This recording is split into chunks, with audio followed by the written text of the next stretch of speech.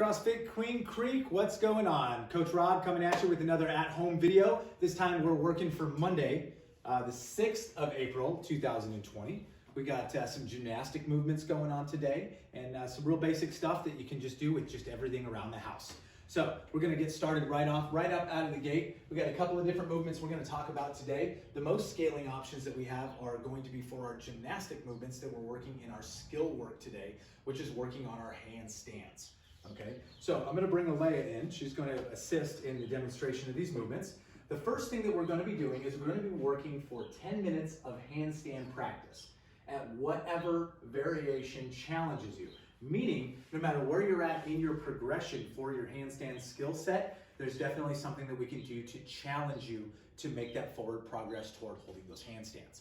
Now, if you're already able to hold a handstand, I just want you to do 10 minutes of practice that. If you're handstand walking, let's walk back and forth. Find 25 feet to handstand walk, okay?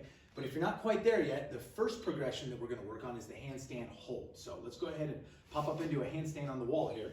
So you're gonna take a step forward, you're gonna kick up nice and soft. We're gonna hold the body tight. Notice the toes are pointed, hips, shoulders, elbows, everything is nice in line with a solid tight core. Very good, you can come on down. We're gonna hold that for 30-second duration, okay? Now, if you're not quite there, right? And we're ready to work on getting used to being on our hands, kind of moving around and holding the weight, we're gonna go into a pike walk. So what you're gonna want is something that will allow you to elevate your feet, to allow you to put more weight onto your shoulders. So here we've got just a couple of plates. Alea is gonna stand up, put her hands on the ground. She's going to get into a pike position, making sure that her head is through the window, right? And now she's going to start and walk into a circle motion with her hands. What this is doing is this is getting you used to supporting your body weight on your arms.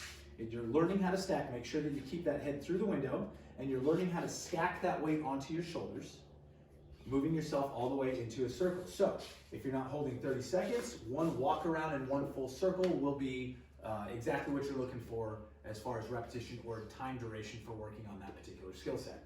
Now, if you're not quite there yet, another version that you can do for that is the pike push-up.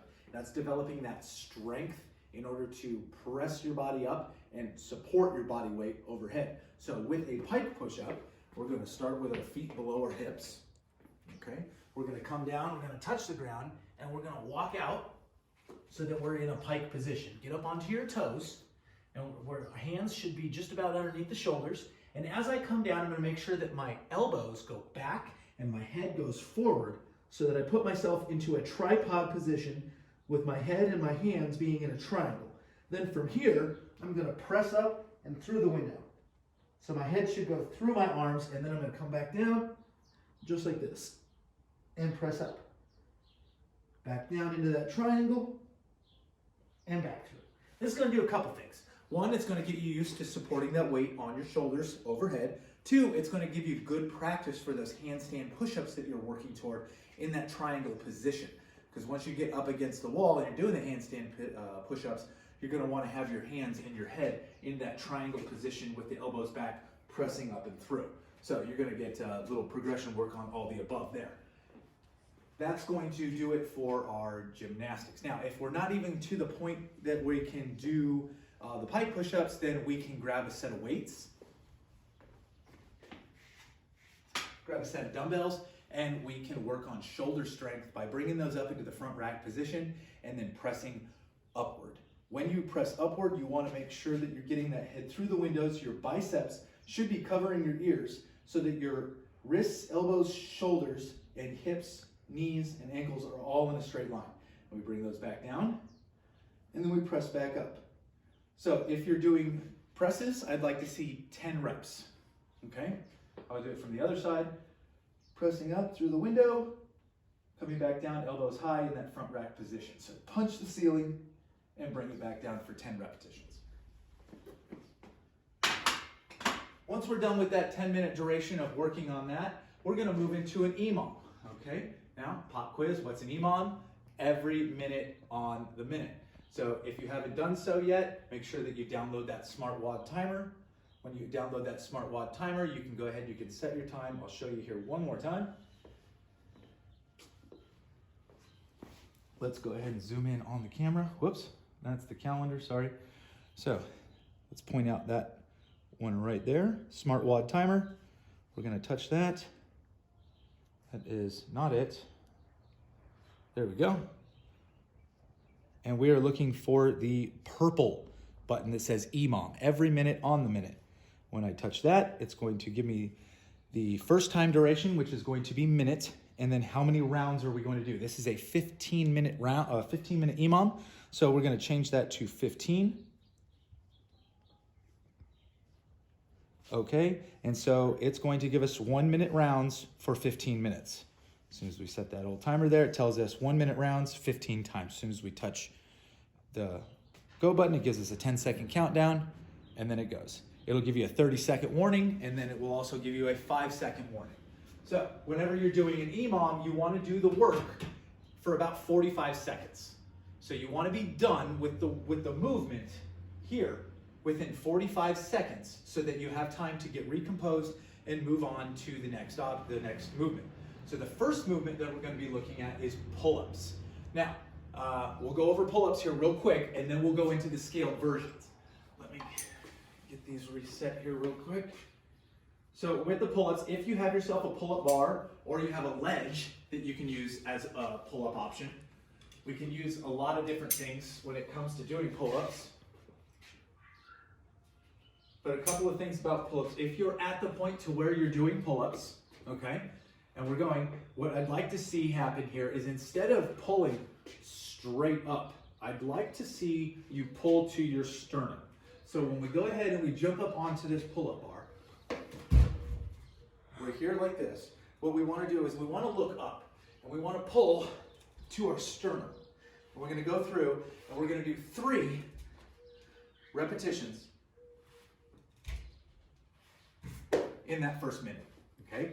If we're not quite to the pull-ups and we have the ability to have a set of rings around, Alea, let's show them some options here. So our first variation that we can do is a ring row. So with a ring row, grab the rings, we lean back, and we're going to pull those rings to our sternum. Very good, just like that. Give me 2 more. As we bring ourselves down, the further we come under the rings, the more weight we're pulling and the harder it gets. Okay, so this is very, very scalable to whatever level. You can start lower where it's harder, and as we're working through, you can work your way a little further back where it's just a little bit less weight, and you can finish those reps good, clean form, okay? That's gonna be minute number 1. Minute number 2, oh, I'm sorry, one more scaled variation for that if you don't have rings, we're doing bent over rows. So if you have a set of dumbbells, if you have a weighted backpack, if you have a sandbag, you can use anything. So here's some dumbbells, Elaine. Let's go ahead and let's check out a bent over row. So whenever you're picking up any kind of weight, we want to pick it up like we're picking up the deadlift type movement. We come on down. So for a bent over row, we're going to have soft bend in the knees, kick those hips back like we're closing the car door, have a nice flat back neutral spine, and what we're going to do is we're going to lead with the elbows as we pull, and we're going to pull those to the sternum. Very good, okay? We want to pull high enough to where we don't break the wrist. There you go, very good. And one more time, please. And that is a bent over row. So go ahead and place those back. If you happen to have a sandbag, we can use a sandbag for this too. We can stand here, so let's soft bend in the knees, kick those hips back like we're closing the car door because our hands are full. We're going to reach here like this, and as I pull up, I lead with my elbows all the way up, just like this. Okay, we're going to go through that, and we're going to do 3 repetitions because that's the scaled option for the pull-ups in minute 1. Then we move on to minute 2, which is push-ups, okay? We all know push-ups, but Alea's going to drop down here and she's going to show us some push-ups. We start with our hands below our shoulders. We keep a nice tight plank position. We're squeezing the core tight. We bring our body down as 1 unit, down to the floor, and back up all in 1 motion. Go ahead, give me 2 more, please. There's 2, and there's 3. All right, a scaled version of this is we can do this from the knees. So back down into a plank, cross those legs, make sure we've got those knees on the floor. A nice tight core, please. All right, and as Alea goes down, she's going to come down. Notice that her elbows are back, right? Okay, just like this. Her elbows are not out to the sides. They're back at about a 45-degree angle. Okay, come on up. Nice tight core, give me 3. And there's 2, and one more, 4, 3. Very good, thank you, you can stand up. All right, so with the push-ups, very, very important. If you're bowing, if we're doing this, and we're coming down, and our butt is staying high, and then we're just pressing up, we're only pressing half our body weight, okay? I want you to engage the glutes, squeeze. Make sure that you come down and that your hips and your chest touch the floor, and you come up together in one solid motion. So your push-ups, your body should move fluid, okay? I don't want to see this. If we're doing this, then let's put our knees on the ground and really focus on tightening that core and moving everything in one motion. Okay, once we can get that dialed in, then get on those feet and get back to doing the regular style push-ups.